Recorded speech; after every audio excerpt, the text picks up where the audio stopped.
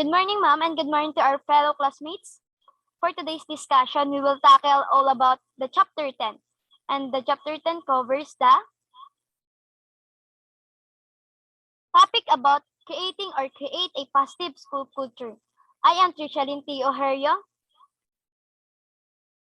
I am Francis Miguel Villamater. So before we start our discussion, meron po kaming nihandang video para sa inyo to have some background kung ano bang meron o ano bumubuo sa positive school culture. What do you think of when you think of an extraordinary high school? Top-notch academics? Definitely. Lots of interesting electives? Sure. But there's something else that's equally essential, harder to spot, and not as common as it should be.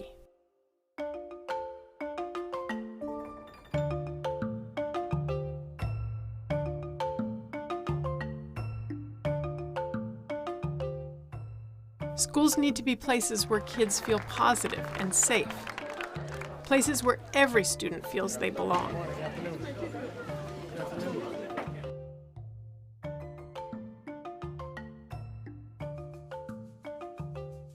Schools with positive culture have strong policies that address bullying, inclusion, and diversity. But policies aren't enough. The best test of a school's culture is to talk to the students. The community, it's very diverse. You have different cultures and different types of traditions and stuff, but altogether it's a nice community because people here are respectful and, they're very nice to each other. You also want to see how they act. Students look happy and at home. They're comfortable voicing their ideas. Find more than one people, like all the migrants together, is more powerful than just one person making a change. In a school with a positive culture, you see the celebration and acceptance of all kinds of students. Whether an academic enthusiast, an athlete, an artist, whatever culture, gender, or personality, there's an acceptance and appreciation of everyone.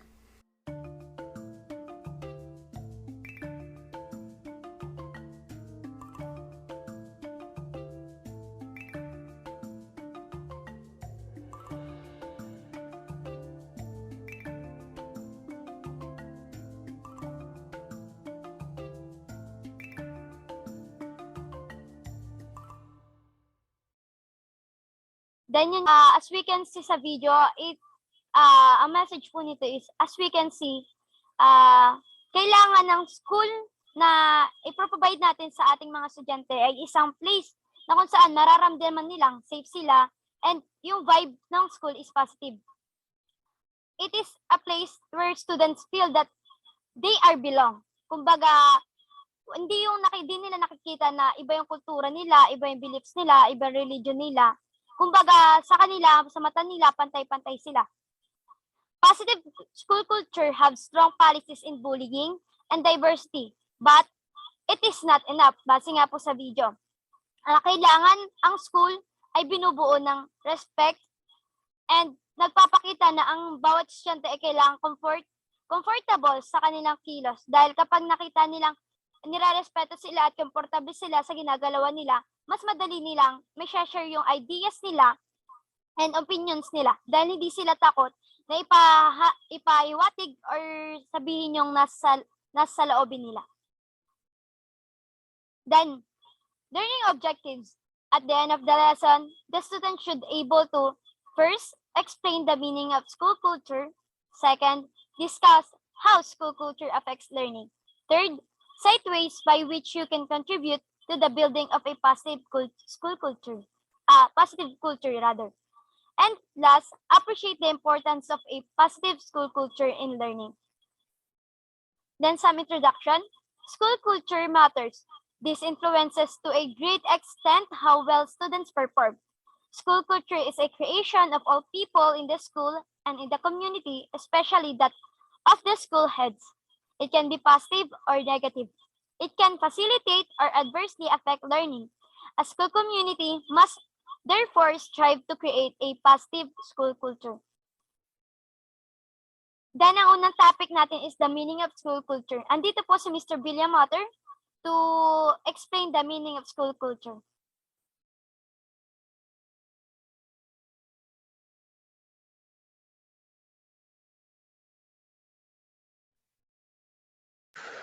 The most complex and important concept in education is in 1985. It generally refers to the beliefs, perception, relationship, attitudes, and written and unwritten rules that shape and influence every aspect of how school function.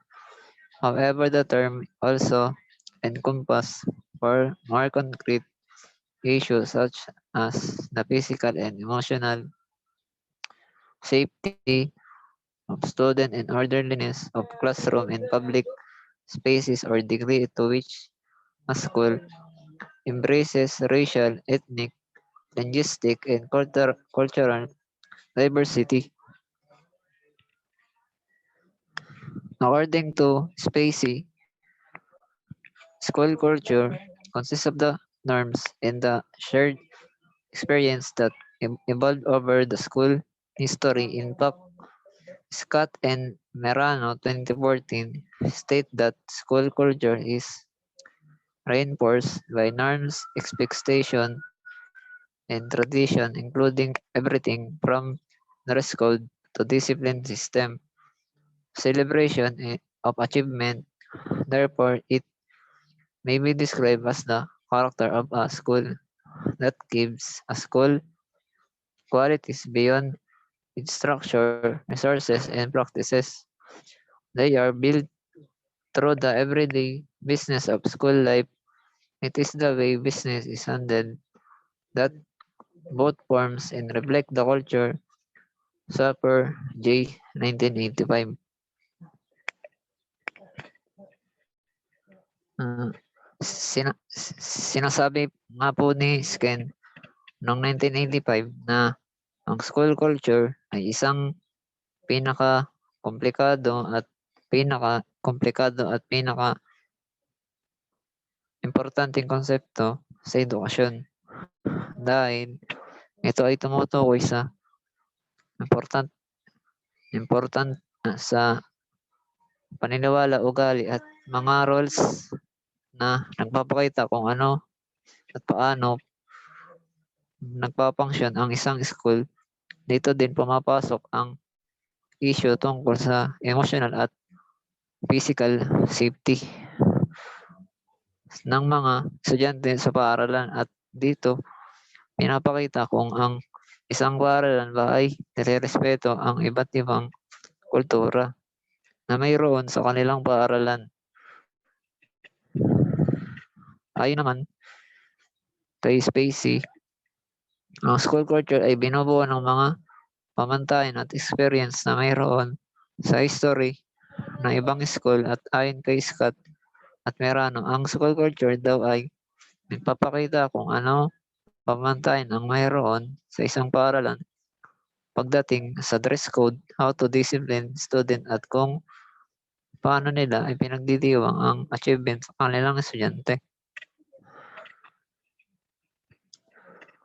Culture is a social,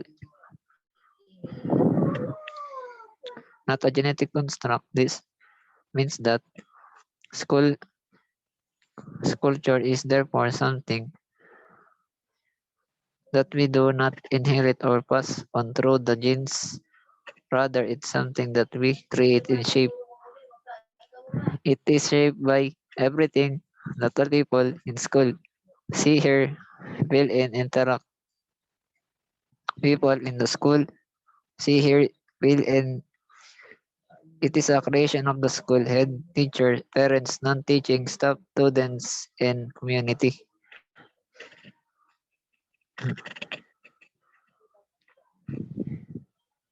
Within a couple of minutes walking into a school or a classroom, you can tell define almost days the culture that permits that space is an open sharing environment or it is a rigid discipline defined playing field in its safe and welcoming or intimidating and confronting? Does it welcome all voices or does it make you want to shrink it in waiting for instruction and leadership or it's self-directed with the common thread? Sinasabi dito ang cultural ay hindi na ang cultural ay hindi na nabubugkos, ito ay nagmumula mismo sa isang society na kung saan bago pa lang tayo isinilang ay meron na tayong kultura gayon din ng school culture. Ito ay hindi natin namamana dahil tayo mismo ang gumagawa at humuhubog nito at ito ay nagagawa natin base sa ating nakikita, naririnig at nararamdaman at nakabase din ito sa ating mga kasalamuha sa araw-araw.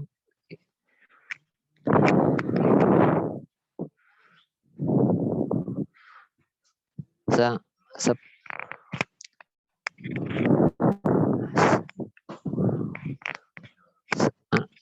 nung inalaba niya sa pamamagitan ng paglalakad natin sa paaralan ay ang meron sa kanila ay roong ba nila ang welcome kahit sino, kung ang school ba nila ay safe para sa lahat, kung ang room ba nila ay may freedom of speech na kung saan pwede kang mag-share ng ideas mo dahil hindi ka nila husgahan.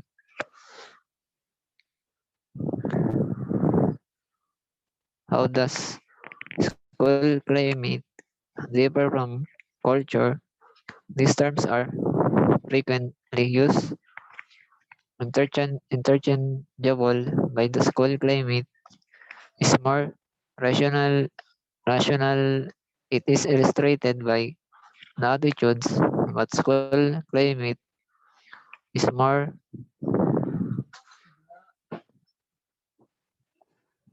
stop and its focus on the style of the school organizational system. School climate refers to the school effects on student, including teaching practices, diversity, and the relationship among administrator, teachers, parents, and students. School climate is driven by the and reflected in daily interaction of staff, administration, faculty, student, support staff, and outside of the community. School culture is a deeper level of reflection of shared values and tradition between staff members. School culture refers to the way teachers and other staff members work together in the set of beliefs, values, and assumption they share. School culture is a broader term and so inclusive of school climate. Sinasabi po dito,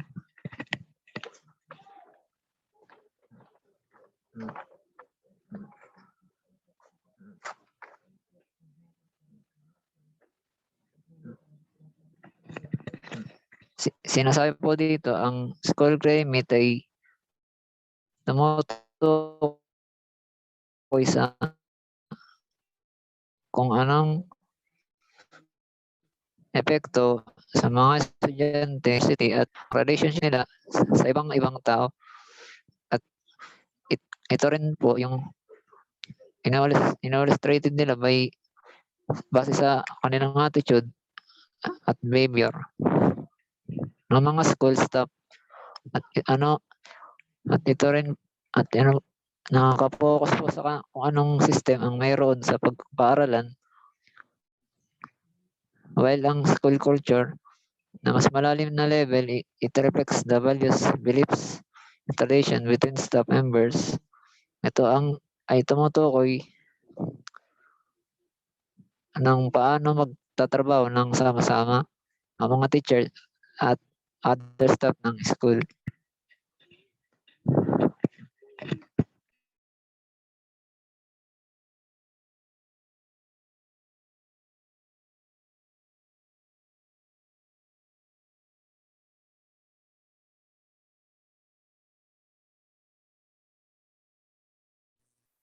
Then let's proceed to the elements of a positive culture. A positive school climate is characterized by the following. First is the collegiality. It means that the school atmosphere is friendly. You work in an atmosphere where responsibility and authority shared by everyone. You can be yourself. You have not to put your best forward to impress others. The school head does not throw his or her weight, and he or she does not make his or her not make authority felt by his or her colleagues. Sa unang element, pinapakita na upang magkaroon tayo ng positive culture, kailangan ay nakapagtrabaho tayo sa isang atmosphere na kung saan lahat ng tao ay responsible sa kanilang bawat ginagawa. At lahat ng staff sa school, boss man yan or hindi, ay kasama sa pagdidiskusyon. Also, you are in a positive school culture when you feel that you don't need to give your best just to impress others. Isa pa, sa katangian ng collegiality is kailangan principal o school head man yan ay hindi dapat pinapressure lahat ng teachers or staffs ng school. And also, hindi niya pinapakita na siya ang pinakamataas o pinakamay kapangyarihan sa kanila. Second element, experimentation. The atmosphere encourages experimentations and so will welcome mistakes as part of their learning process. No student, no teacher get punished for a mistake. Mistakes are not intended. They give a lot of lesson. Referring to his 10,000 failed attempts, then he was experimenting in the light bulb. Edison said, I have failed. I've just 10,000 ways that won't work. Sa buhay natin, meron din tayong tinatawag na trial and error, kung saan minsan ginagawa natin ang isang bagay na wala tayong kasiguraduhan kung magiging maayos ba o mali ang kalalabasan. And kapag hindi maganda ang resulta, ibig sabihin, yung ginawa natin is mali. And kaya next time, hindi na natin ulit ito gagawin kasi alam na nga natin na it is a wrong way. We can make a positive culture if kapag ang isang tao ay nagkamali, ay wag natin siyang parusahan. Dahil may mga mistakes na hindi sinasadya, and mistakes always give us lessons in life. At yun ang tinutukoy na Edison sa experimentation. Next is the high expectations. High expectations, it has been said, one's level of achievement is always lower than one's level of aspiration. So set high expectation for high achievement. Two problems arise here. Robert J. Marano warned us. First, expectations subtle and difficult to change. Teacher may be unaware that they have low expectation for some students, even when they become aware. They have difficulty changing their expectations because her beliefs and biases have developed over the years. Second, what actually communicate expectations to students is teacher behavior. Teachers consciously work to change their biases but don't change their behavior toward those students from whom they have tended to expect less. Their change of attitude will have little effect on student achievements. Para makakuha tayo or ma-achieve ng mga estudyante ang high achievements, kailangan mag-set tayo ng high expectations. High expectations lead to high achievements. Nang sa gayon ay mapilitan ang mga estudyanteng magawa ang best nila. And kapag nagawa nila ang best nila, may mga marirealize sila na may mga bagay pala na akala nila hindi nila kayang gawin, pero nagawa nila. Pero according kay Marano, sa pagsiset ng high expectations ay may dalawang problems tayong pwedeng ma-encounter. Una is, if nakasanayan mo ng mag-set ng low expectations, may hirapan ka ng baguhin ito into high expectations. Dahil yun na ang nakasanayan mo sa ilang taon. Ikalawa, kapag binago mo ang expectations mo, but yung ugali mo ay walang pagbabago, maaari maka-apekto ito sa achievements ng isang estudyante. Ika-apat na elements, trust and confidence. Teachers, students, school heads, and parents relate well and work well when relationships are solidly built on trust and confidence. In fact, honest and open communication is possible only when there is trust and confidence in each other in the school community. I can share my inner thoughts only when I am confident that I do not get ostracized when I do. Ito, for me, ang isa sa pinakamahalagang elements. Dahil alam natin na madaling magtiwala, madaling ibigay ang tiwala. And kapag may tiwala ka sa isang tao, hindi ka nahihiyang sabihin ang opinions and ideas mo. At mas madaling magtrabaho at mag-aral kapag ang relasyon natin sa isang guro o sa isang estudyante ay pinapatibay ng pagtitiwala at kumpiyansa. But always remember that libre lang magtiwala. Hindi ito mahirap ibigay. But kailangan isipin din natin kung kanino natin ibibigay yung tiwala natin. Dahil hindi lahat pwede natin pagkatiwalaan. And 5 is tangible support. Everyone in the school community gets support for the good that they do. Support comes in not just in words, but in action. School heads see to it that LCDs in the classroom are functioning. Tangible means nahahawakan. And isa sa mga examples dito is yung mga libro sa library ng schools. Yung mga TV sa mga classrooms, and it shows that school provide and supports the learning of the students. 6, reaching out to the knowledge base. Teachers care to grow professionally to update themselves on content, knowledge, and pedagogy. The first domain in the Philippine Professional Standards for Teacher. Ang mga guro kailangan open sila sa panibagong idea or panibagong way ng pagtuturo. Tulad na lang noong nasa traditional education pa tayo. Hindi pa uso ang technology. Pero ngayon, nasa modern education na tayo, ang mga teachers ay nag-aaral at inaral nila kung paano gumamit ng technology sa pagtuturo. Dahil alam nilang dito mas madaling matututo ang mga estudyante nila. And sa content, dapat ang mga guro is masipag mag-research. Sabi nga natin, ang guro is habang buhay na mag-aaral para makakuha sila ng mga contents na magagamit ng mga estudyante na magagamit nila in real life. Next is the appreciation and recognition. Certainly, words of appreciation and recognition make classroom climate highly favorable. A reminder to teachers, you are not made less when you praise others. Instead, you became magnanimous, so don't be stingy with your sincere praise. The problem sometimes is our eyes are so quick to see the negative, and so we despise them immediately. But our eyes are blinded to the good, and so we overlook them and fail to appreciate. Ang appreciation and recognition is libre lang. And sabi nga, you are not made less when you praise others. Hindi nababawasan ang pagkatao mo kapag marunong kang pumuri sa mga nagawa ng iba. Bagkus, mas nakakadagdag ito sa pagkatao mo kapag marunong kang pumuri sa mga ginagawa ng iba. Simpleng words katulad ng congratulations, good job, very good. Those are simple words, but from the people na sinabihan mo nito, napakalaking bagay na niyon dahil nakita nilang may nakakapansin na sa kanilang mga ginagawa. And sometimes, ito ang problema natin. Mas madali natin silang husgahan, mas madali natin makita yung pagkakamali nila. Kumbaga, parang nagkamali sila ng isa, hindi na natin nakikita yung 10 beses na ginawa nilang tama. Number 8 is care and celebration humor. Kids don't care what you know until they know what you care. They don't listen to teacher when teacher doesn't care. It may be good to remind teachers that many of students, especially those who struggle, don't receive nearly enough positive feedback in the classroom or in their personal lives.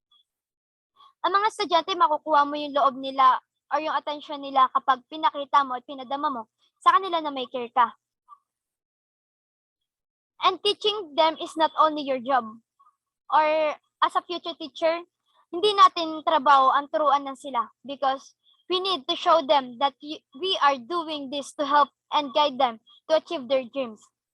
Ipakita mo sa kanila na may pakialam ka para mabigay nila sa iyo ang atensyon na kailangan mo. And another for the humor, when kids are taught with a proactive, praise-heavy approach, they tend to do better, says Erin Green of Boys Town. but be specific. Generic, overly generalized comments such as good job don't really help. Complimenting a specific behavior, thanks for showing respect to our visitor guest. On the other, reinforces that particular behavior. Yun nga, sabi nga dito, ang pagpuri nga sa iba ay malaking bagay na para sa kanila. Yung simpleng pagpuri or simpleng mga words nga lang katulad ng sinabi ko sa kanina is malaking bagay na para sa kanila. Then ika-9 is involvement in decision making. Involving others who are concerned with decisions to be made enhances sense of ownership. They also feel important. Itong ika-9, hindi lang siya para sa school or sa estudyante or sa mga teachers. Kasi pwede din ito sa mga kaibigan natin or sa relationships natin sa kaibigan. Hindi ba ang sarap sa feeling na kapag nag-aayaan ng outing ang magkakaibigan, tinatanong ka nila kung anong oras ka pwede or kung anong date ang free time mo, and sila mag-a-adjust para sa'yo. And it means a lot for us. Dahil nararamdaman nating importante tayo sa kanila. Just like in school, some teachers ask first their students if ano ba mas gusto nila, group activity ba or individual. Doon pa lang pinapakita na ng guro na ang opinion at desisyon ng kanilang estudyante ay mahalaga. 10 is protection of what is important. What schools consider important must form part of their tradition, and so must be protected by all means in the activity above. Mention was made on school canteen policies and include no soft drinks, no chocolate, etc. And Clego, because the school considers nutrition and health and cleanliness as important. Sabi sa ika-10, mas maganda mag-aral sa isang school na alam nating safe tayo, na alam nating our safety is their priority. Kumbaga, kapag alam natin protektado tayo sa isang lugar, hindi ka matatakot. Katulad na lang ng pagbabawal ng soft drinks sa canteen. Alam ko, iba sa atin, ayaw natin ng ganito. Kasi alam natin masarap ang soft drinks. But kung marerealize natin na ginagawa ito ng school para sa kalusugan natin, dahil naman nila, or alam nating lahat na too much drinking soft drinks can lead us to a serious illness. And yun ang gusto ipahiwatig sa atin ng schools, kaya nilalagyan nila ng mga signs na ganito ang canteen. Then 11 is the traditions. A school must have an intentional culture-based program on shared values, beliefs, and behaviors. This strengthens sense of community. A truly positive school culture is not characterized simply by the absences of gangs, violence, or discipline problems, but also by the presence of a set of norms and values that focus school community's attention on what is most important and motivate them to work hard toward a common purpose. Kailangan ng schools ay nakafocus sa kung ano ang mas importante para sa community and sa mga estudyante. And gumagawa din ng paraan upang ma-motivate ang mga estudyante na gawin ang best nila para magawa nila ang purpose nila. And 12 is honest and open communication. No one gets ostracized for speaking up his mind. The atmosphere is such that everyone is encouraged to speak his mind without fear of being ostracized. The agreement at every discussion is agree or disagree. Kailangan ng school ay binibigyan ng karapatan ng mga estudyante, guro, staffs, at lahat ng parte ng school na magsalita. And they need to give them assurance na hindi sila pagtatawanan or i-judge kapag nag-share sila ng kanilang thoughts and ideas. And kailangan, we need a school na ang mga tao dito ay hindi matatakot magsabi ng kanilang opinion. Then let's proceed to shared norms, teacher and student norms. Shared norms for both teachers and students contribute to a positive culture.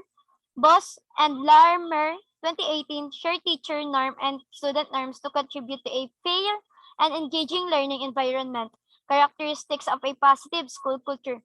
They check on the following norms each week.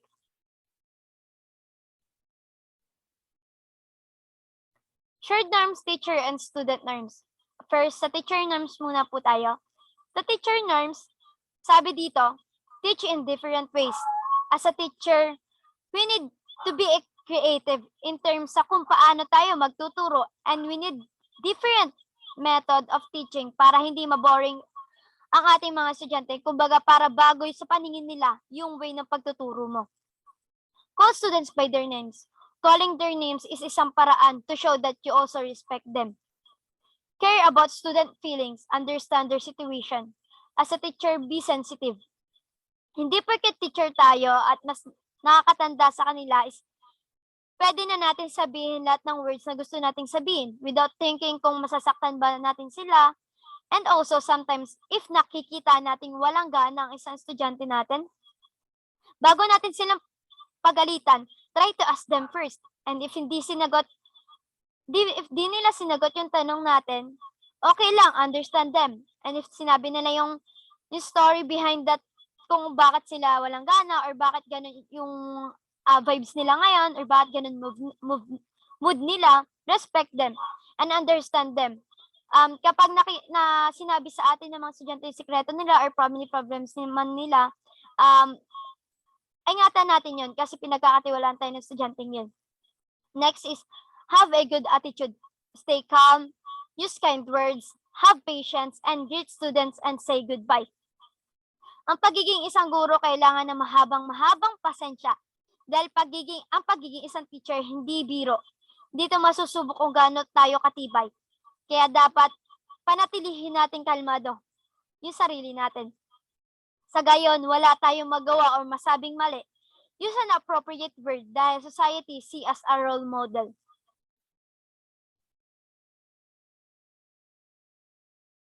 Then sa teacher names pa rin po tayo, help students understand.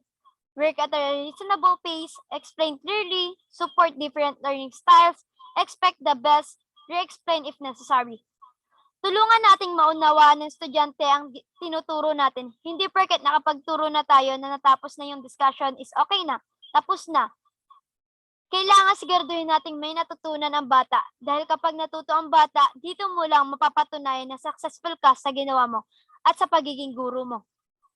If need itackle ulit para maintindihan, go lang as long as nakikita mo yung eagerness ng mga bata na matuto. Then next is attend school majority of the time. Para pumasok din lagi-lagi ang estudyante mo sa subject mo, kailangan ipakita mo sa kanila na masipag kang pumasok para sa gayon ay tularan kanila. Next is be respectful. Give everyone what they need, use a proper language, allow space if needed, use supportive words when explaining, call by your name. If you want your students to give the respect that you need, then give them also the respect that they need. Kumbaga, give and take lang. Sabi nga nila, kung ayaw mong gawin nila sa'yo ang isang bagay, huwag mong itong gagawin sa iba. Next is, have growth mindset. You need to believe in yourself that you can do anything na believe na mayroon pang madedevelop sa iyong talents. Maniwala ka na mayroon ka pang mga bagay na magagawa na akala mo hindi mo pala magagawa.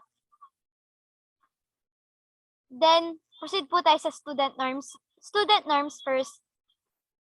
Have growth mindset. Believe you can improve. Fail forward. Keep trying. Speak positively about your abilities to learn.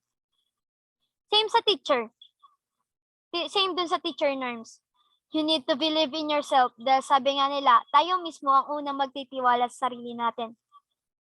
And if you fail, move forward. Don't use your failure to stop. Make your failure to motivate you. And always remember that failure is always part of our life. Hindi masarap ang tagumpay kung walang hirap. Keep trying and keep pushing. Huwag kang magpakampante sa kung nasaan ka lang ngayon. Kasi alam mo sa sarili mo na kaya mo pang mag-improve. Sabihan mo ng magagandang salita ang sarili mo dahil nakakatulong ito para ma-motivate ka pa sa lahat ng bagay. Kagaya ng, kaya mo yan. Nalagpasan mo nga yung isang pagsubok na di mo inakala kakaya mo. Mga ganong bagay para na rin mapigilan mo sarili mong sumuko. Second is call classmate by their names. Katulad ng sinabi ko kanina, ang pagtawag sa pangalan nila ay nagpapakita na nirerespeto mo ang pagkakakilanlan nila. Be responsible for your work. Have materials ready. Advocate for yourself. Be a professional. Meet deadlines. Participate. Be on time to class. Maging responsable ka sa lahat ng bagay na ginagawa mo. kagaya na lang ng pagsubmit ng mga schoolworks on time, pagpa-participate sa klase, pagpasok sa tamang oras. Ito ay mga nagpapakita na responsible ka sa mga ginagawa mo, na ikaw ay responsableng estudyante. Next is listen to the teacher, to your classmates, to guests, to directions. If gusto mong pakinggan kanila, then try also to listen to them. Listen to your teacher, parents, guests of your schools, and even your classmates. And even to the directions. Listen to your teachers if binibigyan ka nila ng direction or instructions. Dahil alalahanin mo na ang binibigay na direction ng mga teacher natin is tumutulong sa atin upang i-lead tayo sa isang pathway na kung saan mas makakabuti sa atin. Next is attend school majority of the time. Attend school all the time. Isipin natin na hindi lang tayo pumapasok para magkaroon ng grades at makagraduate. Minsan isipin din natin na kailangan natin pumasok upang makakuha ng mga knowledge and lesson na pwede natin magamit sa future and sa real life. Be a good team player. Provide good, helpful feedback. Stay calm. Stay on topic. Be considerable. Use proper language. Communicate clearly to students and teachers. Praise your classmates. If nakita mong may maganda silang nagawa, palaging kumalma. And also, palaging kumalma kapag may problema. Kapag may problema ang team yours, ang classrooms nyo, huwag mong ipakitang nagpapanik ka. Dahil kapag na-decision kayo, huwag mong ipapakita na nagpapanik ka. Dahil once na pinakita mong nagpanik ka, baka mahawa mo sila. Baka, kumbaga domino effect, baka sila rin magpanik na rin kasi nakikita nilang nagpapanik ka na. Dahil tandaan natin na kapag nagdesisyon tayo, na nagpapanik tayo or hindi tayo kalmado, sa halip na masolusyonan natin ang problema, mas lalong madadagdagan pa ang problema natin. Dahil walang magandang plano at desisyon kapag ikay hindi kalmado. Makipag-communicate ka sa kaklase mo, na may paggalang, at kapag kinakausap mo teacher mo, always use the words po and opo. As a Filipino, ito ang nagpapakita na ginagalang natin ng isang tao.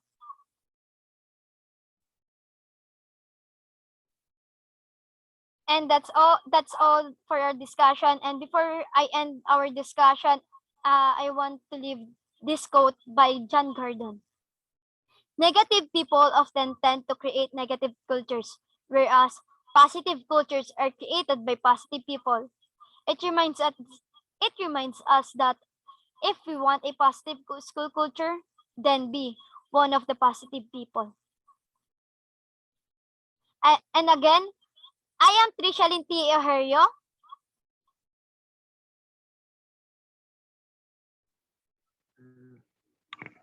I'm Franz Miguel Villamater.